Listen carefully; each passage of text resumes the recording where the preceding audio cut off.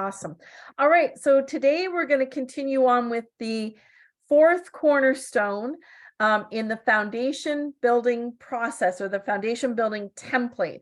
So as we've talked about before, we have to build the foundations deeper, stronger, thicker, wider, so that we can build a skyscraper and not just bungalows. Because what he wants us to build, has said kingdoms need to withstand some really hard times that are coming. We're in hard times right now, but we know it's going to get worse because he's told us. So we need to prepare. And so we're building something strong. So the foundations are, I tend to think the most important part of the building. It's all important, but obviously the foundations are a critical piece that can often be overlooked, and they're not as much fun as building the fancy stuff. So I'm going to bring up my slides and we will get started. There we go. All right. So again, chapter 4, the planning cornerstone. All right. Let's see. So let's put this in context. So in chapter 1, we developed the platform of relationship. Then we worked on the equipping cornerstone, which was the training. Then last week we talked about the spiritual cornerstone. And now today we're going to talk about the planning cornerstone. All right, so let's see what God says about that. So he says, first of all, we need a written plan. So Habakkuk 2:2 is, then the Lord answered me, write down this vision and clearly inscribe it on tablets so that a herald may run with it. Jeremiah 36:2, take a scroll and write all the words I have spoken to you concerning Israel, Judah, and all the nations from the day I first spoke to you during the reign of Josiah until today. So God is clear that we must write down our plan so that it's replicable, so that other people can have access to it, and it's long-standing. All right. So in our planning, there's 4 parts to the planning cornerstone. The first one is you have to have a vision. First of all, it starts with a vision given by God, of course. And in the second part is you have to survey the situation, understand what you've got to work with first. And then from there, you build a blueprint and a strategy. And number 4, then you need to have God's authority and legal calling to that specific region or mountain, whatever it is you're called to, whatever you're building this plan for, you have to have the legal authority from God to function in it. So we're going to break down all these 4, and we'll start with vision. All right, right here, starting with the vision. All right, so Hesed has been brewing for a long time, but really what captures the vision was a song that I heard in a dream, and these are just some of the lyrics to it. But it says, in the song, children were singing this song. It says, I'd like to build the world a home and furnish it with love, with apple trees and honeybees and snow white turtle doves. I'd like to teach the world to sing in perfect harmony. I'd like to see the world for once all standing hand in hand, singing songs of peace that echo through the land. So I won't sing I'm obviously not going to sing it because I'm not a very good singer, but these are some of the main lyrics from that song that prompted the vision. If you're familiar with it, the vision in the sports stadium with the hole in the roof, where I looked down through the roof and I saw these children playing soccer or football. And there was a yellow team playing a purple team, and a red team playing a blue team, and a green team playing an orange team, all over the field. So there were young children about this age that you see on the screen. And they were all playing, and the jersey color represented the flag of the countries they were from. And there were boys, and you see a girl right here. Boys and girls were playing together. Every skin color was represented, and they were all playing exceptionally well. And they were playing with a spirit of understanding the greater game, and that's that they had already won the greatest victory. And that was the victory over death. There was no other victory, including the game that they were playing. And they were playing in Olympics, like for kids. And but there was no greater victory than the victory they had won through Jesus Christ. And so they knew they played with a different character, a different heart. They knew that they were playing, the purpose for sport was to sharpen one another, to encourage one another, to lift one another up, to develop leadership skills, and to be healthy and to develop community. And although they did play their very, very best, and they were very good players, they were very well trained, but they were spiritually well trained. And so as they were playing, a song rose up from the field. And this was the song. Now, they weren't singing it. Their hearts were singing it as they played. And the words filled the people in the bleachers who were fighting and throwing food and criticizing. And the song, the spirit of the song filled their hearts. And all of a sudden, they started looking at each other and said, why are we fighting? Why are we screaming? Why are we yelling at each other? And they were filled with love. And it went further from that. It went through the television stations into people's homes as they watched on the news, as they watched the game, and the spirit of the song went through the television lines and filled the hearts of people in their homes, and peace prevailed and echoed throughout the land. And this was the power of children. When they're well trained, when they're well discipled, they will lead the world to love, to the only love that God can provide. And so that was a vision that launched Hesed. So that's what it starts with. Now, everybody within Hesed, or most people, have had a similar vision. We need to disciple the children for the future, to be the leaders of our future. And they, some have had visions of, we need to build sustainable villages. We need to train children. We need to train them in carpentry and metalwork, and to cook, to farm. They've had visions. They might have been smaller. They might have been parts of the whole vision, but God has already moved the right people with the vision that was brewing in their hearts. And so this dream kind of captures it all in one. And that's what we're all here for. And so here's the blueprint that God gave us, right? So we call it the 14 mountain blueprint, with 14 aspects to building a whole godly community that is based on love, which is why we're called Hesed International. Hesed is the Hebrew word for faithful, undeserving, unearned love. That is the very foundation of what we're all building. And so the 14 mountains are the physical things that we're building. All right, I'm not going to go into that today, but because I think there's other videos on that. So we have a vision, right? And that's where it starts. But we need to be able to see it, right?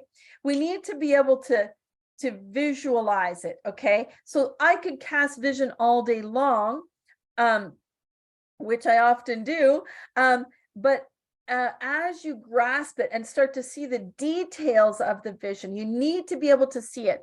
So we'll look at some pictures here of some of the 14 mountains that I've just pointed out. This is a farm.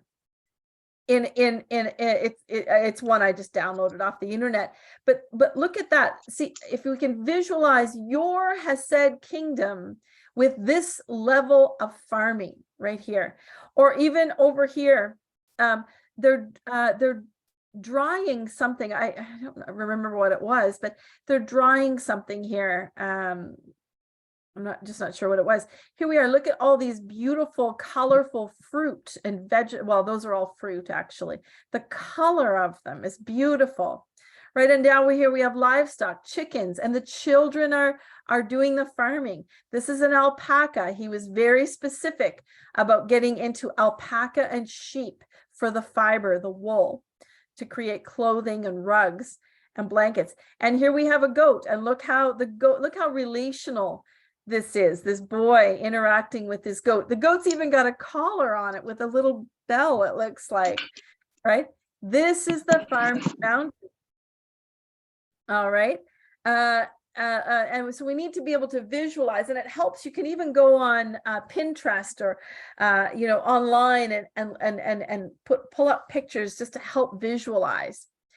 The gardens, remember, we can also call our Hesed kingdoms Garden of Eden regenerative ecosystems. They're to look like the Garden of Eden. Now, they won't look like it right away, right? Like small beginnings, right? But all we do is we take one step every day. But here are some pictures of gardens. Here's a vertical garden. These might be herbs, I don't know, but we can garden herbs vertically, flowers vertically, and have beautiful walls that are green, like growing walls instead of brick, Look at this ceiling here. Look at this. This is actually in Thailand. This is not a graphic. It's a photograph of somewhere in Thailand. Look at the ceiling here. Even something that's all green but different shapes is beautiful. And pools, right? Because that's kind of overlapping with the sport mountain, but also for community development and fun, right? So these help us visualize what it's to look like. What about the housing mountain, right? Look at this beautiful house, all made of natural materials. Glass is a bit of manufacturing, but it's made from sand. Glass is made from sand. All natural materials here. That's beautiful. Let's raise we obviously small beginnings, but let's dream and God's size, God's vision of what things can look like. What he did show me is that in heaven, a lot of things are round. For example, it was revealed to me, I can't remember how, but God's throne is round. I don't know what that means, but it's round. So here we are. Here's a blueprint of a home with round walls, right? What about this beautiful staircase? This is made of adobe or cob and timber. What about a pathway? This could be a hallway in a house. I think this one's outside, but this one's used colorful glass bottles or glass for a wall. This is God-sized visioning. All right. Well, let's look at our profit centers on the international level. So these won't happen at the regional level, but at the international level, this is to serve everyone in the regional levels. Hesed Gold, right? We're getting that off the ground. Hesed Hemp. So for hemp bricks, for home construction, for ethanol, and for fiber, clothing fiber. Hesed Bank, which we haven't started working on Hesed Hemp and Hesed Bank yet, but they're coming, right? This is the entrepreneurship mountain, by the way. Look, there's a farm market selling the produce that we grow, baking bread, weaving with the wool from the alpaca and the sheep. Look at these children working on constructing a home. And this could be a business where they're building homes for other people outside of our kingdoms as an enterprise. And look at these beautiful shirts and all the beautiful colors that can be sold that the children make. All right, that's the entrepreneurship mountain. Let's look at the transportation mountain. Raising horses, he said, because gasoline, well, already it's unreachable for many people. It's so expensive and presumably in short supply. There's lots of it out there, but it's being restricted to drive up the prices. But God said, go to horses for transportation. So here we are, horses for sport, the children learning horsemanship, horses for transportation right here, and horses to help with the farming. Back to all natural ways where we're not putting gasoline fumes into the air. All right, so let's now look at the education mountain. So here we have no classrooms with desks in a row, with no creativity, but instead they're learning about, look, they're learning about seeds and leaves right here. They're evaluating different seeds, acorns, right? They're learning by touching, they're learning by growing them and seeing what happens. You know, here, they're building, this is engineering, sandcastles. What is going to be sustainable and what's not, what's going to crumble. They're learning by building, right? This girl here, look, she planted a seed and now she's growing. She's learning how to farm. She's learning ecology, the science of ecology. And here, look, they're learning, the teacher is sitting on the floor with the children. Look how relational this is. Look how much fun they're having, how engaged the children are with the teacher, and the teacher is engaged with the kids, right? And here, this girl is learning farming by feeding the chickens and raising the chickens. She might be even collecting the eggs. And here, engineering by, you know, remember, we've said the kids actually build the Hesed kingdoms. They actually build it, and their education comes as they build. Well, this one here is a youngster, it appears, and they're learning by building a model first, right? So they're learning, look at the angles they've created, the joints they've created. So this is the education mountain. All right. Let's look at the sport mountain. Okay, so there are 6 reasons why sport was created. I'm not going to, we've been through this a lot, but here let's just look at how they're implemented. So archery for hunting and for training men for war. So archery needs to be one of the sport we include in our sport mountains. Target shooting, it's a young girl. They don't need to know why they're being trained for that, but we're preparing them for the times that are coming. But they need to learn, then they can learn to shoot for fun with a target or with paintball. Here's team sports, soccer or football or basketball. We have to include team sports because that teaches them how to work as a team. Running for endurance needs to be included. Here we have a boy going through an obstacle course, right? For agility, coordination, balance, basic physical literacy. And again, here, another part of an obstacle course where they're learning strength and climbing skills. This is what the sport mountain looks like. All right, and this is the spiritual mountain.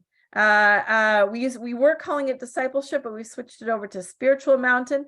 So it's all about praise and worship. Look at these children filled with the Holy Spirit, praising and worshiping. Look at her face and her posture to praise God. Here, little ones reading a Bible, right? Again, praise and thanks, right?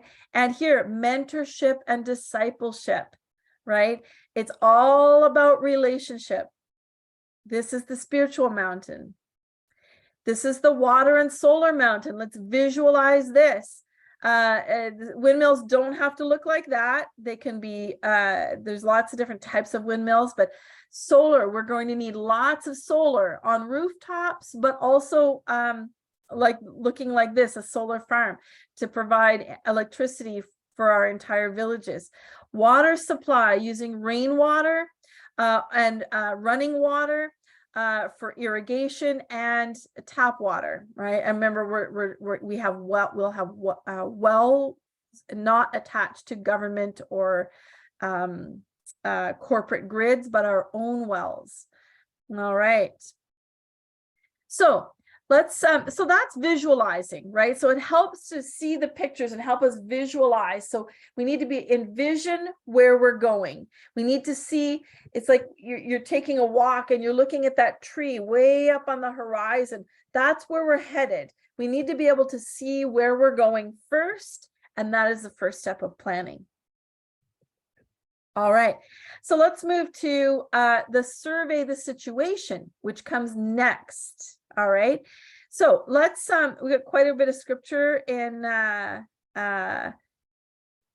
today. Let me just move things around on my screen. There we go. All right, so here we have, it starts with, what do we have in our hands, right? So we have a vision.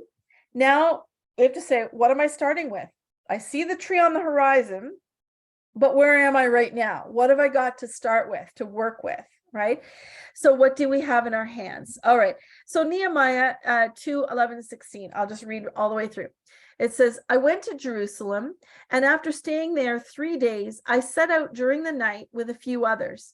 I had not told anyone what my God had put my heart to do for Jerusalem. There were no mounts with me except the one I was riding on, meaning a horse. There were no horses. By night, I went out through the valley gate toward the jackal well and the dung gate, examining the walls of Jerusalem, which had been broken down, and its gates, which had been destroyed by fire. Then I moved on toward the fountain gate and the king's pool, but there was not enough room for my mount to get through. So I went up the valley by night, examining the wall. Finally, I turned back and re-entered through the valley gate. The officials didn't know where I'd gone or what I was doing, because as yet I had said nothing to the Jews or the priests or nobles or officials or any others who would be doing the work. All right. So here we see Nehemiah is examining what's remaining, right? Things have been burnt down or destroyed by looting and war. And so he was examining, what's my starting point? What have I got to work with, right? And he did that very notably. He said that a few times. I did this before I told anyone else that would be doing the work. I surveyed the situation. Joshua 2:1.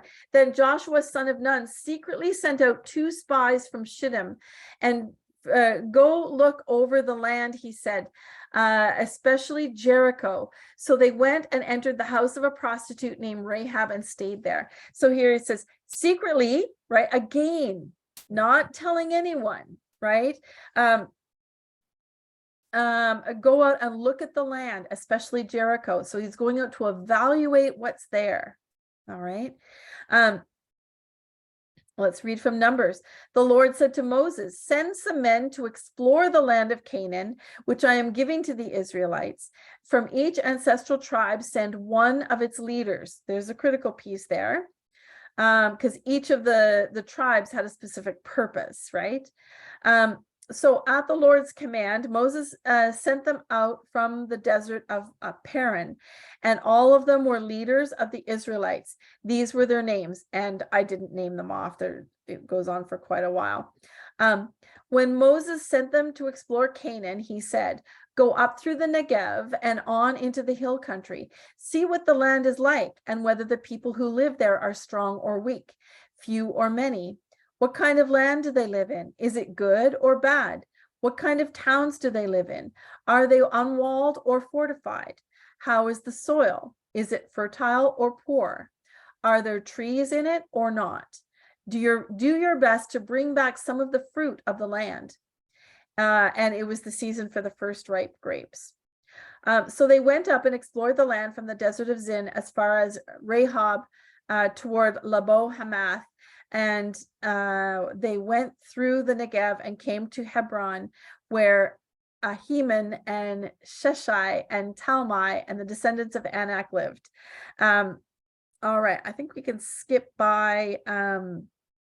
Oh, they did. They obeyed. They cut off a single cluster of grapes. All right. All right. And then they came back and reported. And they came back to Moses and Aaron and the whole Israelite community at Kadesh in the desert of Paran, where they reported to them and the whole assembly and showed them the fruit of the land. They gave Moses this account: we went into the land to which you sent us. It does flow with milk and honey. Here is its fruit. So you can see God gave, I'll back up here, very specific questions. Is it good, or is the land good, or is it bad? What kind of towns do they live in? Are they unwalled? There's very specific questions of what to look for as they took their observations to see what were they working with. All right. And it was very detailed. So here are some questions to consider as you're surveying the situation of what are you working with, right? What is your starting point? Some questions, there might be more questions, but here's some to consider. How much land do you have available? Are you able to get a title deed? It's important that you own the land. That's a critical piece, and we're going to come to that later, but you must own the land.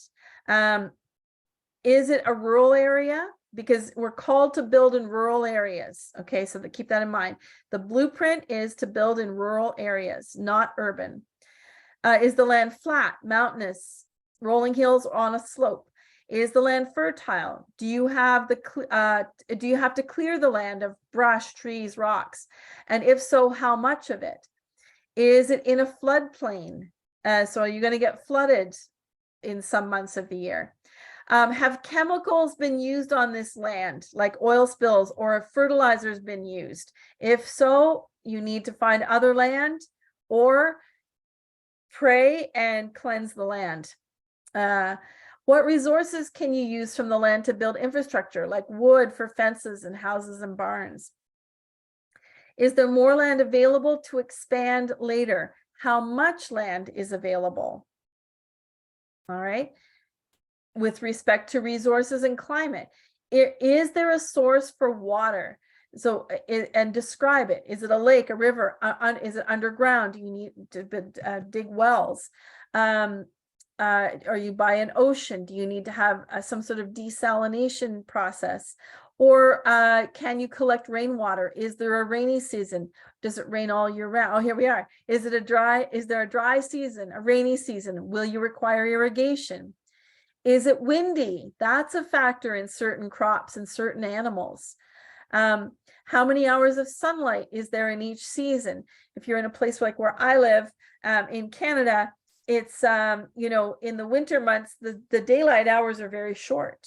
All right. How much natural wood is available? What is the average temperature in each season? So what I mean by that is, like in Africa, your growing season is pretty much all year round, except possibly during a rainy season. I'm not overly familiar with that, but for the most part, you can grow all year round. Whereas in North America, particularly northern North America, we can only grow in the winter if we have greenhouses. So this needs to be evaluated. What existing buildings and infrastructure can you use, right? So I know in the domestic kingdom, they bought a land that had been a mink farm. That mink is a small kind of rodent animal, but that has a very luxurious fur, very expensive fur.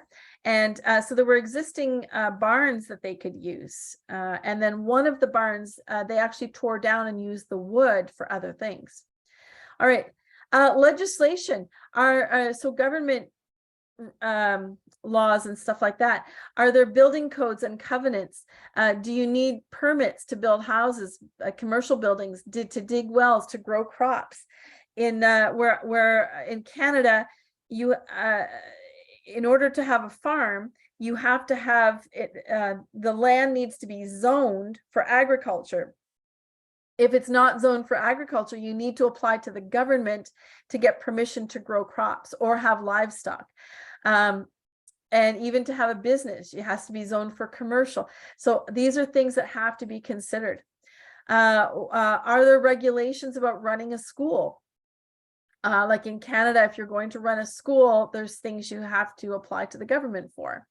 So there we are. All right, farming. What crops grow well in this climate and terrain? What crops are in high demand in your region so that you can sell for a good profit? What crops reap the highest profit margins? What animals do well in this climate and terrain? Will you need greenhouses? What equipment will you need for farming? Tractors, hand tools, plows, and so on. And then for culture and demographic, is this land close to a lot of vulnerable children? Remember, we're to take in like lots of vulnerable children. So are we near you know, a place where there are a lot of vulnerable children, where they know where to find us, or we can easily find them? Is there a remnant of the lost tribes of Israel nearby? So remember, one of the keys is one of our purposes is given to us by God was to reunite the lost tribes of Israel. And that means, of course, I think most people are familiar with, you know, the original 12 Israelite tribes. 2 of them, after captivity, returned. The 2 tribes of Judah returned to Israel, but the other 10 tribes of Israel scattered out throughout the whole world. And so we are to be mindful as children come to us, or we seek out children, that some of them will be part of those lost tribes, descendants of those lost tribes, remnants that God is preserving. Now, we are all, you know, we are all Jews now. We are all have through Jesus the ability to be part of the kingdom of God, but we know in through Ezekiel, through Isaiah, and in Genesis, where it says, I will pull my tribes back together. All right.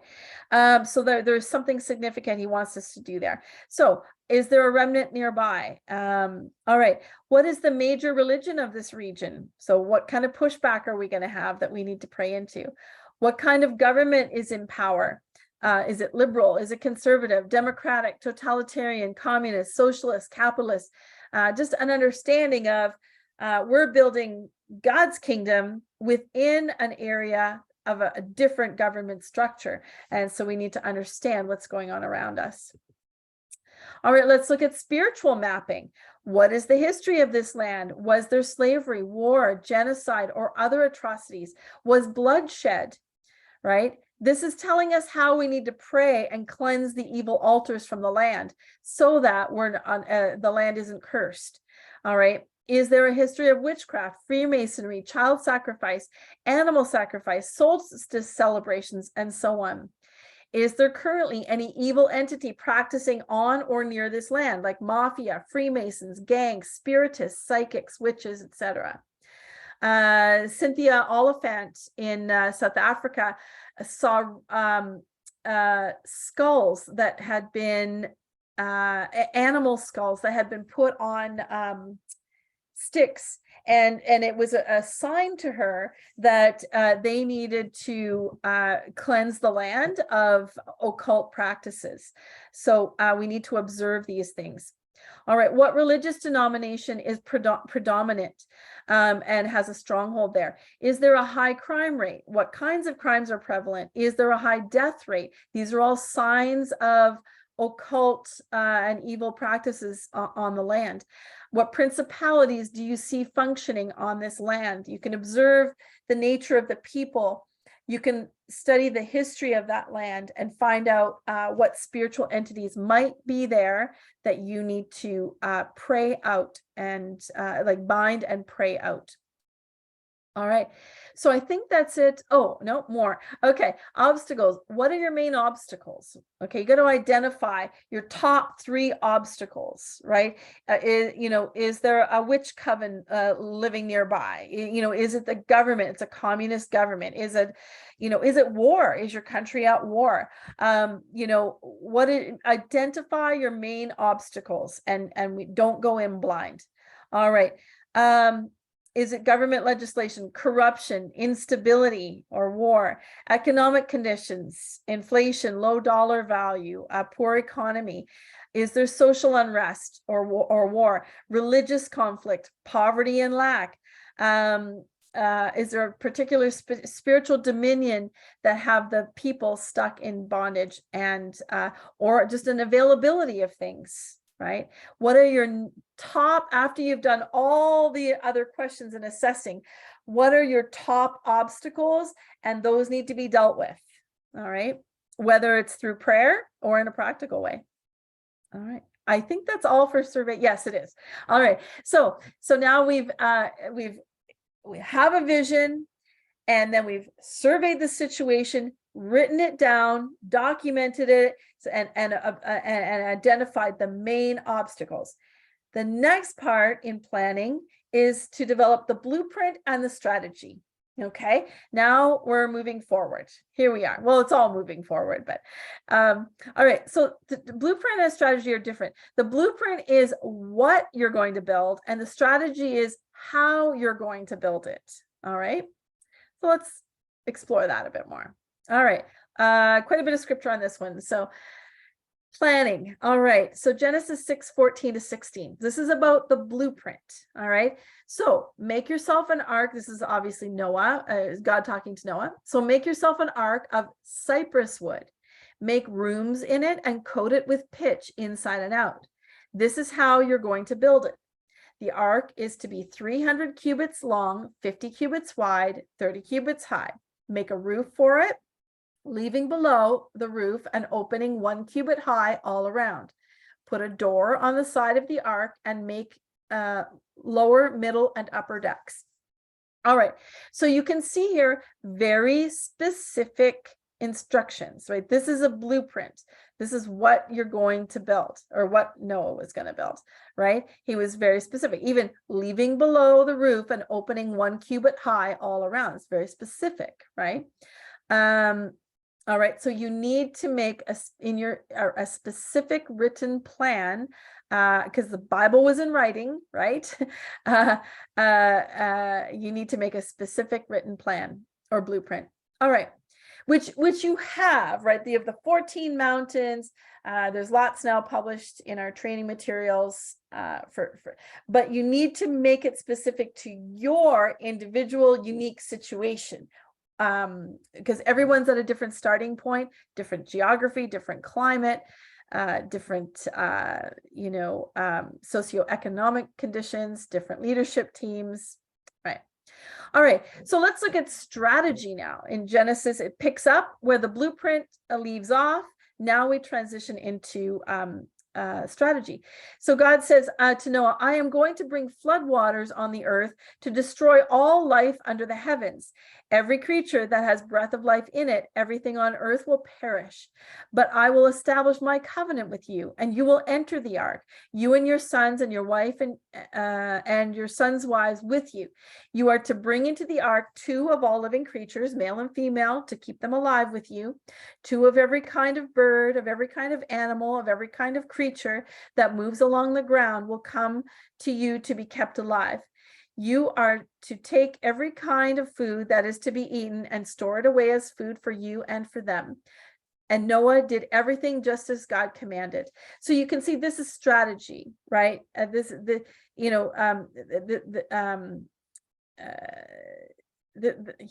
just more strategy. All right, how they're going to do it. All right, so let's talk now about Nehemiah, right? So here he's building strategy, right?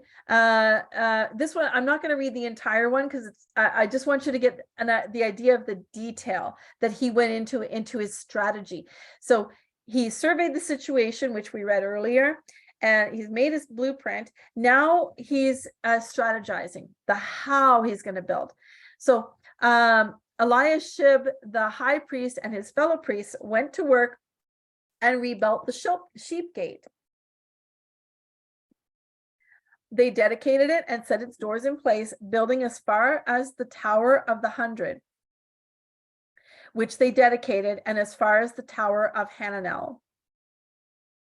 The men of Jericho built,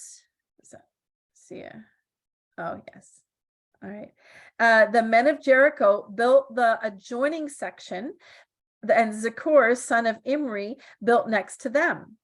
The fish gate was rebuilt by the sons of Hassenaah. They laid its beams and put its doors and bolts and bars in place. Meremoth, son of Uriah, the son of Hakaz, repaired the next section. And next to him, Meshullam, son of Berechiah, the son of Meshezabel, made repairs. And next to him, Zadok, son of Baana, also made repairs. The next section was repaired by the men of Tekoa, but their nobles would not put their shoulders to the work under their supervisors. And so on. I'm not going to go. You can see how Nehemiah assigned certain men for certain tasks. You're going to work on this gate. You're going to work on that gate. You're going to work. This one needs repairs. This one needs rebuilding. So you can see there were assignments, specific assignments, and specific tasks. And he goes on, right? It says here, Aziel, son of Hariah, one of the goldsmiths, repaired the next section. So one of the perfume makers made repairs next to that, like very, very, very specific and assigned. All right. And it just goes on, similar things. And assignments and very specific tasks. All right. This we need to do as part of our strategy. We need to have a written strategy. Who is going to do what? Right. So there's no confusion. It's efficient. All right. And it keeps going. Look how much time, and I'm not going to read it all, but look how very specific and detailed it went on and on and on. All right. Okay. So let's here in 1 Kings 6. So Solomon builds the temple. This is blueprint now. All right. So it says in the 480th year after the Israelites came out of Egypt, in the 4th year of Solomon's reign over Israel, in the month of Ziv, the 2nd month, he began to build the temple of the Lord. All right. The temple that King Solomon built for the Lord was 60 cubits long, 20 cubits wide, and 30 cubits high. The portico at the front of the main hall of the temple extended the width of the temple. That is 20 cubits, and projected 10 cubits from the front of the temple. He made narrow windows high up in the temple walls. Against the walls in the main hall and inner sanctuary, he built a structure around the building in which there were side rooms. So you hear, I'm not going to read it all. The whole idea is all the detailed plans need to be written down. Yep, and he keeps it, and he does, and here it says roofing it with beams and cedar planks, not just any kind of wood. It had to be cedar, right? We've heard that many times in the Bible. They used acacia wood or cedar or oak, or very, very specific and detailed strategies and blueprints. All right, I'll just read this one because I had it highlighted. The word of the Lord came to Solomon. As for this temple you are building, this is so key. If you follow my decrees, observe my laws, and keep all my commands and obey them, I will fulfill through you the promise I gave to David your father, and I will live among the Israelites and not abandon my people Israel. So the promise to David was that he would live forever among us, because we can all consider ourselves Israelites, right? Because in Romans 11 specifically, it talks the Gentiles were given a way into the kingdom through Jesus Christ. So we're all Israelites in that capacity through Jesus. So basically it's saying here, now we do know also through Jesus that through his blood and his as being the sacrificial lamb, if we mess up and we miss a decree, or we're disobedient and don't obey commands, that we can ask for forgiveness and we're restored back in. But basically what God is saying here is, follow the blueprint, follow my ways, do it the way I'm showing you, and don't deviate from it. And if you do, well, you have Jesus, but we want to follow his ways. We want to fulfill his blueprint and build his kingdom physically, spiritually, and mentally on earth. All right. So when you hear me say we've got to do it God's way, we have a 14 mountain blueprint, we've got to do it his way. It's not me saying, being a dictator saying, you got to do it my way. Or even being legalistic, about doing it God's way.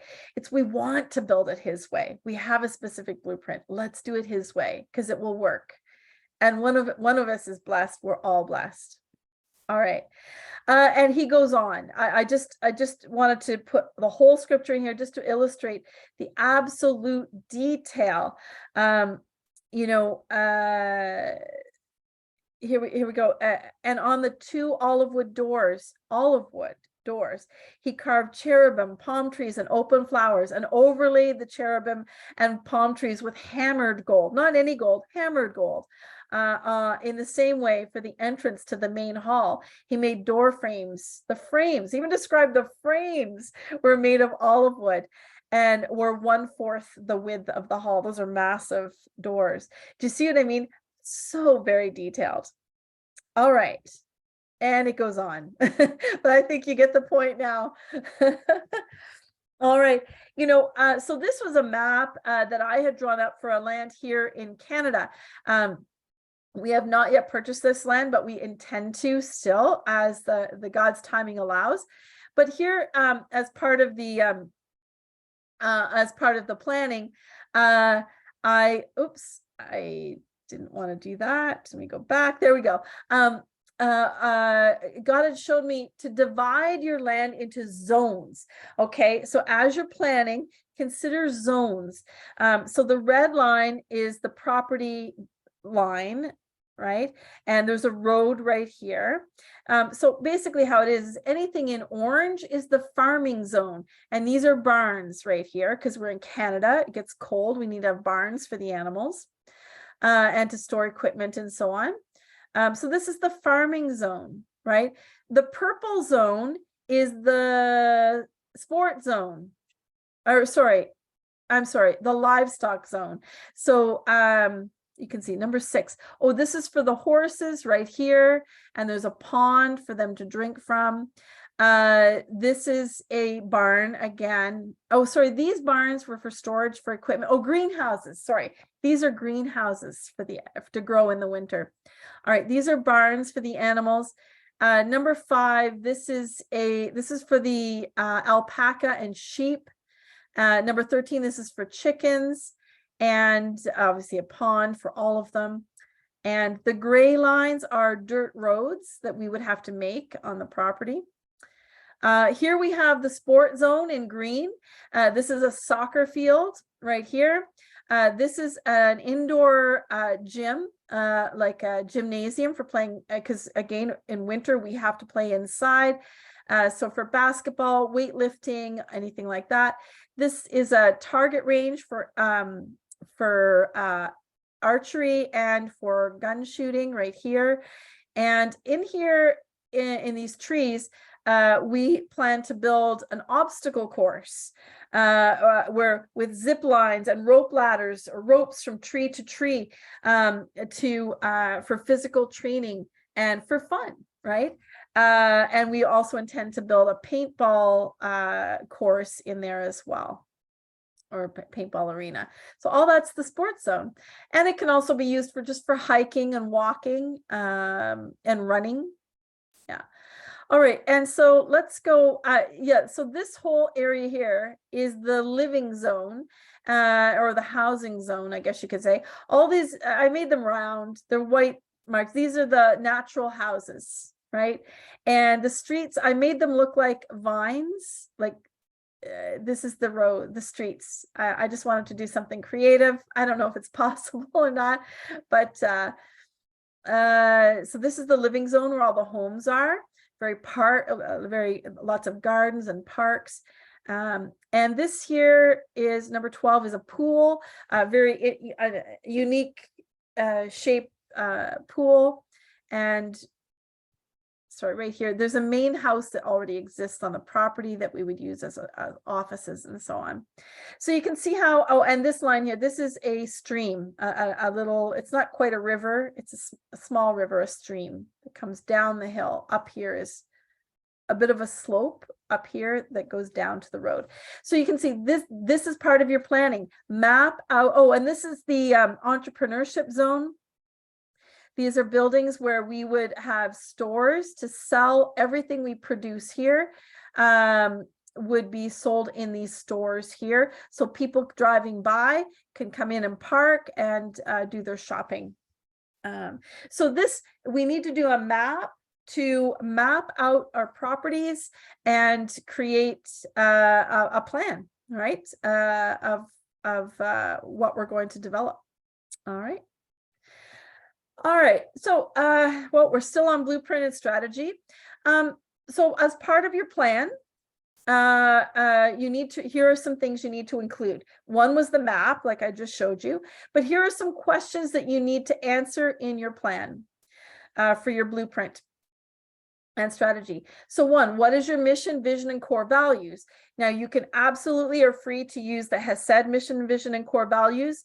They're not specific to any location. They're general mission, vision, and core values that God gave with the blueprint, along with the blueprint. So I'm not saying you have to, because that's not how God works, but they are there and we know they are from God. So it's easy just to copy and paste them. All right, who is your leadership team? That's back to the relationship platform that we did a few weeks ago. You need to name them. What mountains will you start with? What mountain will you add in year 1, year 2, year 3? So start small and add another mountain each year or every few months. How will you include children in the building process? This is God has been very insistent that children are actually in the building process. How will you do that? How will you register with the government? As a school, as a sport organization, as a nonprofit organization, as a business, as a social enterprise? That's going to depend on the government in your individual situation, how you do that. How will you generate revenue, right? How will you do that through farming? Are you going to have a farm market on the road at the edge of your property? Are you going to take your produce to an existing market to sell and rent a table or a stall and sell? Are you going to sell online? What are you going to sell? Are you going to sell wool products? Are you going to sell, obviously, produce from farming? Everyone's going to do that. How will you manage your obstacles that we talked about earlier? How will you invest? Yes. How will you invest a minimum of 10% of your revenue, right? How, in your budgeting, the financial aspect of your planning, where are you going to invest that 10%? And I'm encouraging everyone, invest in HESED International, right? Because as you invest in the international level grows and can serve you better. And you're not giving for the purpose of getting, because that's not God's way, but investing in HESED International helps us all grow, right? Empowers all of us. Include a 3-year cash flow projection. So we'll have to do a teaching on how to create a cash flow projection. That's a financial statement. All right, for fiscal management of your money. All right. Okay. And the third part of planning is your authority and legal right. All right. So God calls us to grow his kingdom. So it starts off with that. We have an authority here on earth to grow his kingdom, right? To expand the tent pegs, to take the land. That we have that basic general legal right and authority from God, not necessarily governments. But God overrides governments. All right. So Isaiah 54:2. Enlarge the place of your tent, stretch your tent curtains wide, do not hold back, lengthen your cords, strengthen your stakes. Okay. That is our authority. We need to understand, even though we're facing obstacles financially, through governments, through the occult, We have the authority. We need to know that, and we need to function in our authority and walk in it, speak in it, and act in it. We are not victims. We are not, losers. We are the victors through Jesus Christ, who has victory for us, and we have authority. We're not whips. All right. We are not victims. So we need to understand that and walk in that. That is key. We are his ambassadors. Ambassadors speak for the Lord. So if I was an ambassador of Canada and I was stationed in, I don't know, England, I just picked that one. If I was stationed in England, I have the authority to speak on behalf of the Prime Minister of Canada, and implement anything, and I can speak on his behalf. Anything I say is what the Prime Minister has authorized me to say. So we are here as the ambassadors of God on earth. So we have the authority to speak to governments. We have the authority to speak to, education authorities, sport authorities, landowners, not in arrogance, of course, but in authority. All right, to speak truth. All right, Genesis 1:28. God blessed them and said to them, be fruitful, increase in number, fill the earth and subdue it. Rule over the fish of the sea and the birds of the air and over every living creature that moves on the ground. Okay, let's talk about rule, right? And let's talk about subdue. All right. Subdue is from the word submission, right? Submit. And so what that means is, first we submit to God, right? We if we're not submitting ourselves, we can't ask anyone else to submit to us, right? So what we're asking for is, for example, you could say, the Lord has assigned me as Lord of this land or King of this land. And so, you're asking for submission of the land to you because you're the Lord over it. And that includes everything on it, right? Including the living creatures. Now, rule, we need to define that. So if the word that comes from the Hebrew to bring us to the word rule in English means to love. It means to steward. The world defines rule as, you better do what I say, that's what rule according to the world says. But when we look at the root ancient Hebrew word, it means to love. It means to love, to steward by loving, right? And that's how God rules, right? God rules the earth through his love, right? So we are to rule or steward through love, all of the land and everything in it. All right. Psalm 50:12 says, if I were hungry, I would not tell you, for the world is mine and all that it is in it is mine. So again, everything is his. So we're called to steward it as his. And he gives us earthly ownership of it, and we rule according to him as an ambassador. More on ambassadors. So let's continue on. Okay. Now let's continue with legal authority. All right. We must own the land. And here's why I say this. I'm going to give two reasons. One biblically and the other one earthly. All right. So here we are. I'll just summarize this. So in Genesis 47:11, so when the Pharaoh, when Joseph had been with the Pharaoh for a while, had produced much prosperity there for him, more than pleased with Joseph, Joseph's family came to Egypt. Joseph introduced the Pharaoh to his family, and the Pharaoh said, I am going to give you, your family, the land of Goshen. Right? And the land of Goshen, you have to know, it was choice land, very fertile, very desired land. And it was given to Joseph's family, to Joseph's family to live on, to grow, to expand, to farm, to grow livestock, and so on, to thrive on. It was given to them. All right. But what happened was later on, after Joseph had died and gone, his descendants were still living in the land of Goshen, but the people and the new Pharaoh had forgotten what Joseph and what he had done for Egypt, bringing much prosperity in a time of famine. And so they realized, wait a second, these are Israelites, these are Jews, get them off our land. They don't belong here. And the land was taken from Joseph's family, and they were kicked off the land that they had been farming and producing on. So they didn't have a deeded, it was given to them, but they didn't have ownership, right? It was like free rent, I guess you could say. And so it was taken from them. And so this is why I say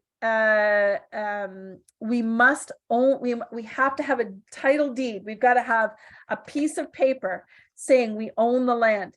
Or I say we, because I consider us all one family, but you, the leader, need to have ownership, right? So I'm not owning it. Hesed International isn't owning it. No, it's your property. It's your kingdom. As the king or queen, you have to have the title property, the deed title.